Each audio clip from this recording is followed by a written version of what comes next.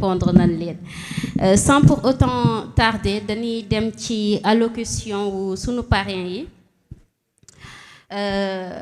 On va donner la parole à monsieur le représentant de notre parrain El Hadj Malick Ndiaye, monsieur Ayib Daffé, secrétaire général du parti PASTEF et président du groupe parlementaire de la majorité. Monsieur Ayib Daffé.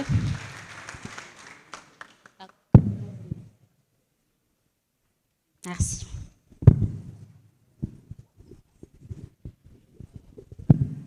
Merci beaucoup. Donc di nuyu ñëpp ñu fi teew di jiital ci nuyoo bi le coordonnateur de la JPS Ngagne Demba Touré, également monsieur Abbas Fall, un des parrains, maire de la ville de Dakar, vice-président de PASTEF, Birom Oloba, donc coordonnateur du BOC et secrétaire général adjoint de PASTEF, et également Mamadou Yok, qui est directeur du contrôle et de l'évaluation des politiques publiques à l'Assemblée nationale. Donc di nuyu mbooloo bi yëpp également di rafetlu ndaje bi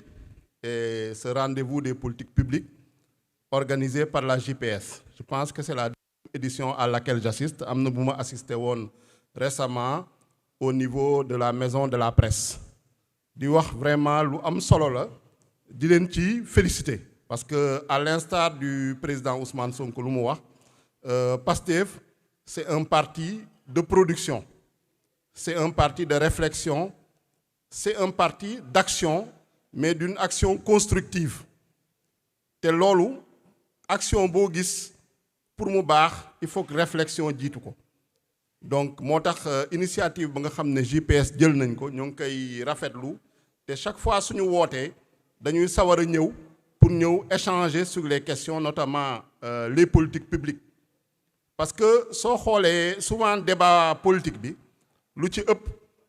c'est focalisé effectivement sur des personnes. dañuy wax ci diw et cetera et cetera te lu ci ëpp solo ci wàllum politique surtout parti boo xam ne dafa nekk au pouvoir. Il faut nga wax ci politique yi, il faut nga wax ci l'action publique parce que moom moo am jeexital sur la vie quotidienne des citoyens sénégalais. Donc tey suñuy wax ci politique publique yi suñu bëggee ñu ne tey dañu bëgg indi rupture, indi révolution, indi transformation, luy indi transformation tey le président Ousmane Sonko tey soo gisee lu tax nit ñi topp ko c'est à cause d'une vision clairement exprimé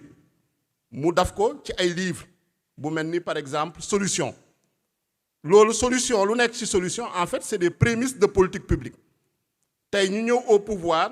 ñu ne le projet ñu traduire ko en politique publique concrète vision Sénégal 2050 su fekkee nag bëgg nañu ñun en tant que parti politique changer le vécu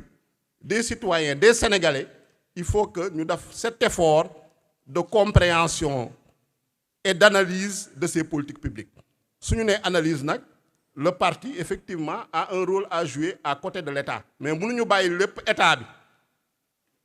bi wax nañ ko lu muy jot a def présenté nañu politique publique yi avec Biram Olo du côté de l'exécutif dispositif bu mu am du côté de l'Assemblée nationale avec Mamadou Yok. Je pense que en tout cas ils ont été très clairs ma leen di féliciter vraiment ci présentation yi. Mais tey parti bi ban wàll la ci war a am ci mise en œuvre des politiques publiques parce que politique publique yi citoyens yi moo tax ñu koy def politique publique yi c'est pour des objectifs précis en matière de développement, en matière de transformation, en matière de changement de la vie des populations. Objectif yooyu yëpp c'est assez technique mais tey loolu yëpp soo ko résumé ban njeexital la am ci dundunu sénégalais yi tey par exemple si on prend un cas simple wax nañ ko sànq les bourses de sécurité familiale. On prend un autre cas par exemple ñu ne tey en matière de politique de la jeunesse, en matière de politique sportive, et cetera et cetera et cetera. Donc parce que exercice bu am solo la ñoo ngi féliciter vraiment la JPS vraiment pour taxawaay bu mu am à travers son coordinateur et tous les membres ici présents. Leneen li ci wàllum parti bi mooy ñun tamit am nañu rôle boo xam ne en plus de la JPS tey soo xoolee statut parti am na lu ñu mettre en place lu ñuy woowee le commissariat scientifique national. Commissariat scientifique national boobu suñu nekkee opposition am na rôle bu ñu ko assigné soo leen demee ci statut bi suñu nekkee également au pouvoir am na rôle boo xam ne tamit assigné nañ ko te rôle boobu ñu ko assigné bokk na ci sama xalaat analyse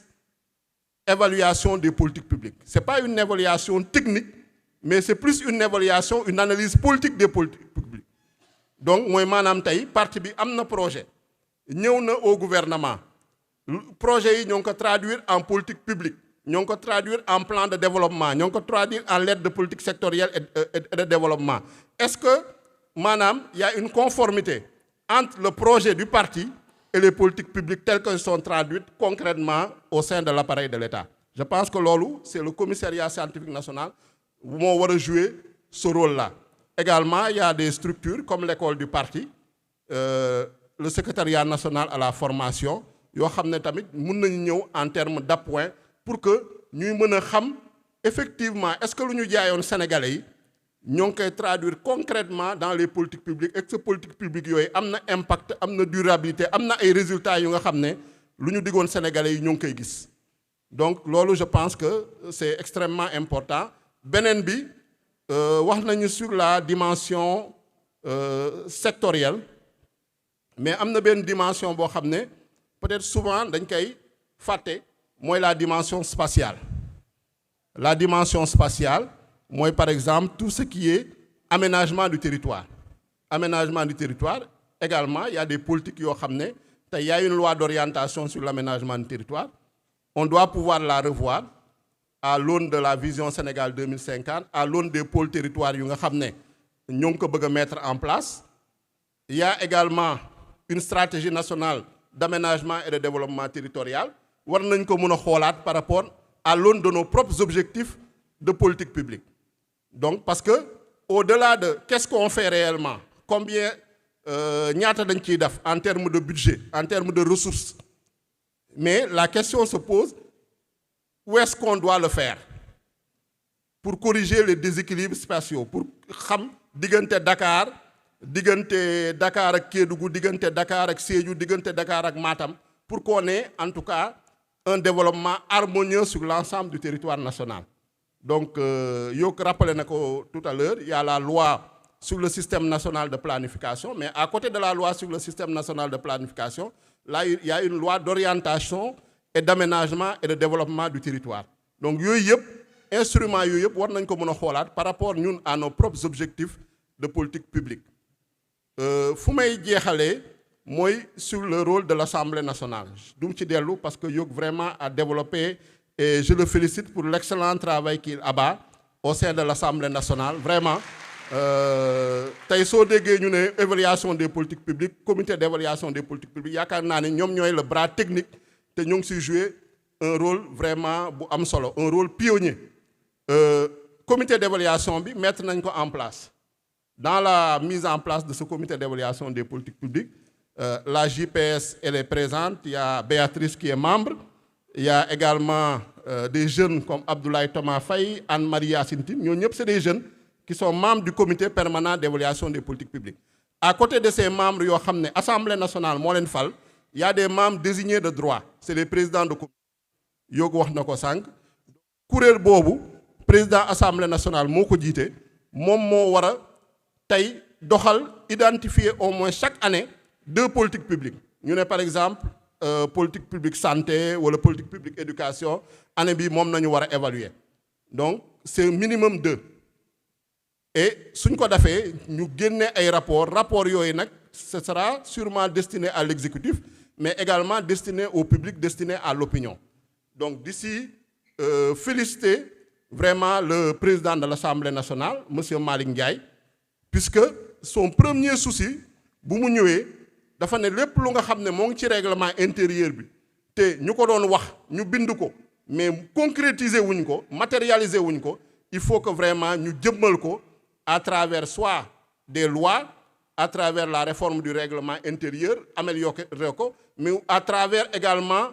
des guides comme le guide méthodologique d'évaluation des politiques publiques, ou à travers d'autres documents d'application comme le règlement administratif ou le règlement financier. moo tax tey Assemblée nationale lépp lu nga xam ne tey moo ngi ci règlement intérieur bi comité d'évaluation des politiques publiques jëm ko les auditions nga xam ne rappelé na ko depuis 2019 moo ngi woon ci règlement intérieur mais c'est la première année ñuy def les auditions des ministères donc c'est une première c'est une innovation donc incha allah jàpp nañ ni loo xam ne dañuy dem day perfectionné wu nañ ko améliorer nañ ko moderniser beneen bi c'est le contrôle de l'action du gouvernement parce que su ñu nee contrôle de l'action du gouvernement il faut que ñu xam également lu ñuy contrôler en général c'est des politiques publiques c'est des décisions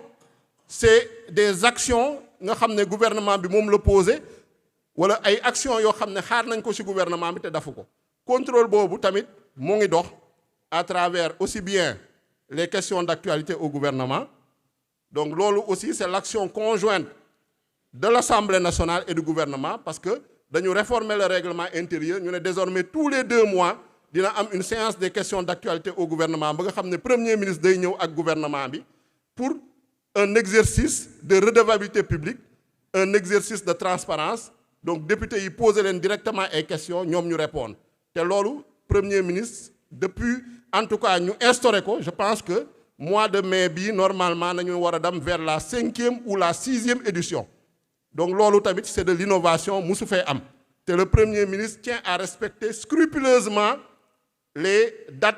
des questions d'actualité au gouvernement et la périodicité yeneen yi c'est les questions écrites nit ñi xam nañ ko il y a des milliers de questions écrites qui sont posées par les députés nga xam ne président Assemblée nationale moo koy transmettre au gouvernement le président Abbas xam na ci dara il a été ministre chargé des relations avec les institutions donc si ñoom lay jëm moom ministre chargé des relations avec les institutions transmettre ko aux autres ministères ñooñu traité ko delloowaat ko ministre chargé des relations avec les institutions mu delloo ko Assemblée nationale parce que ministre chargé des relations avec les institutions également joue un rôle important parce que mooy suñu courroie de transmission entre l'Assemblée nationale et le gouvernement donc voilà en somme lu nga xam ne mooy vraiment innovation yu nga xam ne Assemblée nationale jël na ko en matière de contrôle de l'action du gouvernement parce que quand on dit contrôle de l'action du gouvernement c'est d'abord du contrôle des politiques publiques et en matière d'évaluation des politiques publiques du mu ci dellu a abondamment en tout cas disserté dessus et on a mis en place le comité d'évaluation des politiques publiques on a mis en place également une direction bu nga xam ne qui est non seulement chargée du contrôle mais également une direction qui est chargée de l'évaluation des politiques publiques qui va jouer le rôle de bras technique des commissions permanentes et du comité d'évaluation des politiques publiques donc di leen remercier di présenter également les excuses du président de l'Assemblée nationale monsieur Malick Ndiaye qui est en voyage et qui aurait aimé être présent ici parmi nous et di féliciter encore la JPS et tous les participants donc pour cette initiative jërëjëf merci beaucoup.